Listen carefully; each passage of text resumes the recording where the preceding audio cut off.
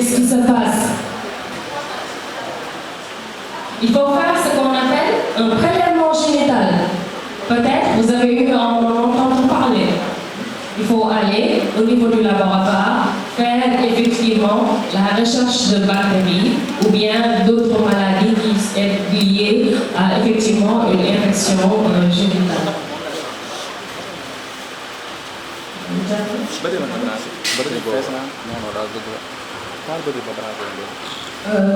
Également des bilans sanguins qu'on peut faire. Donc ce sont des prélèvements comme la libération formule sanguine pour voir si l'inflammation ou l'infection n'est pas accentuée au niveau de l'organisme.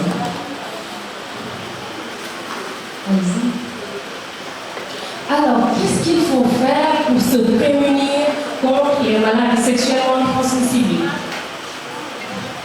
Si l'abstinence est peut-être le moyen incontournable pour se protéger, alors y a-t-il d'autres moyens, barrages, peut-être pour les personnes qui sont non mariées, de effectivement pallier à ces maladies?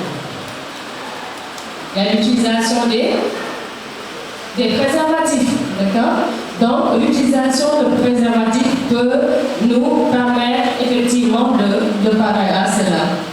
Il y a également le dépistage contre le VIH, d'accord?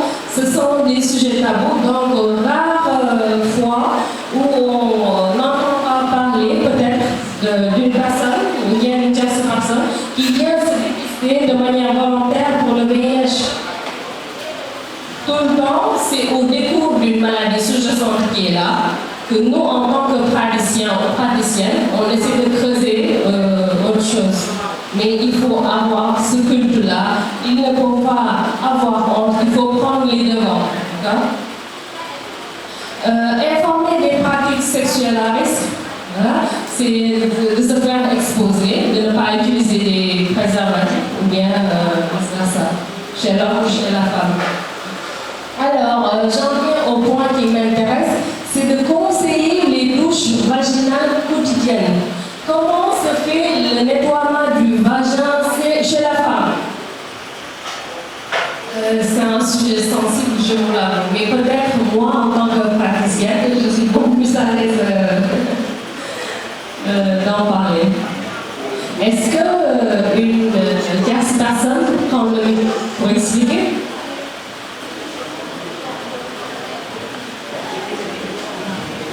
Bon, j'y vais. D'accord. Alors, il a été mentionné au niveau de la littérature que le vagin se nettoie tout seul. Donc, au cours des post-menstruations, il y a ce qu'on appelle une évacuation des liquides physiologiques et toutes les bactéries qui en découlent. Et il faudra, après les menstruations, essayer de faire ce qu'on appelle un nettoiement du vagin. Il y a également des solutions antiseptiques, pharmaceutiques disposées à cet effet. À part cela, il y a également les méthodes naturelles qu'utilisaient nos grands-mères. Je pense que c'était le savon ordinaire à l'époque. Après, il y a eu également des retombées scientifiques qui ont effectivement incriminé ce savon comme étant une source agressive de la muqueuse vaginale. Parce que c'est une muqueuse qui respire, qui a besoin effectivement d'être protégée. Ce n'est pas n'importe quel savon qu'on utilise. Également pour les femmes mariées, ce n'est pas n'importe quoi qu'on utilise pour le vagin. Le vagin est très sensible, l'utérus est très sensible. Il faut effectivement choisir les produits que l'on utilise pour ça.